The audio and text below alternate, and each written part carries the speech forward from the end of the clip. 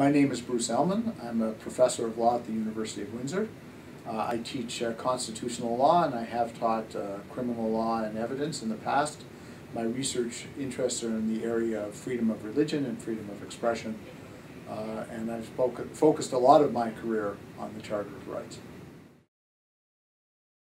Well, I think it was a very interesting time period. The Charter was being considered by Parliament, by the House of Commons and by the Senate. And there were a lot of different groups who were trying to ensure that the Charter was conducive to their interests.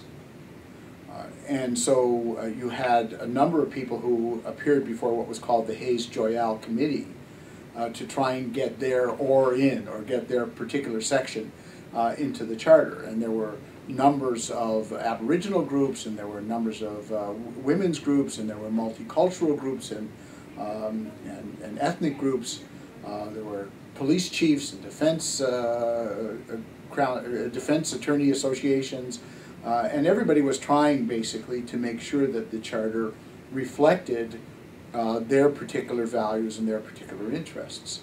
And you saw a number of amendments made during the course of these hearings that were held in the Hayes-Joyal Committee. Those amendments went to some of the most fundamental parts of the Charter and produced the Charter that we in fact have today. In all of its realms, not only in terms of the substantive rights, but even in terms of the remedy provisions, particularly in regard to Section 24(2). So it was a public process in the sense that there were a lot of different interest groups who were involved in trying to craft the Charter. Whether or not it was in the minds of the general populace, I think, is a matter of some debate. Mm-hmm. Now, I was actually in San Francisco as a visiting scholar at Stanford Law School during that particular period of time, the 1 year leading up to the Charter, and there was virtually no attention being paid to the Canadian situation, certainly not in the San Francisco Bay Area. Well, Section 24(2) had been proposed earlier in a slightly different textual format by what was then called the Law Reform Commission of Canada.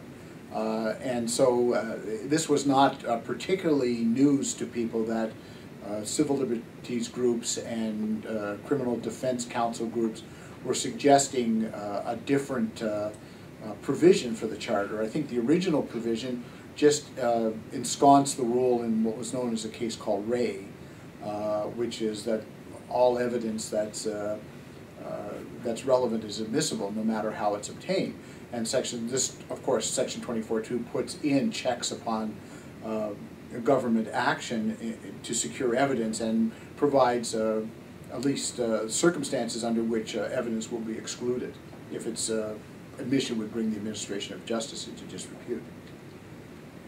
So it was a very important provision for civil liberties groups, criminal defense counsel, and anybody who really wanted to see the previous rule of everything that's relevant is admissible no matter how it's obtained, that rule taken out. It does not, however, and everybody was very nervous about this, it does not, of course, go to the kind of American automatic exclusion of anything that's unconstitutionally obtained and all of the fruit of the poison tree, as it's called, that emanates from those any illegal or unconstitutional obtaining of evidence.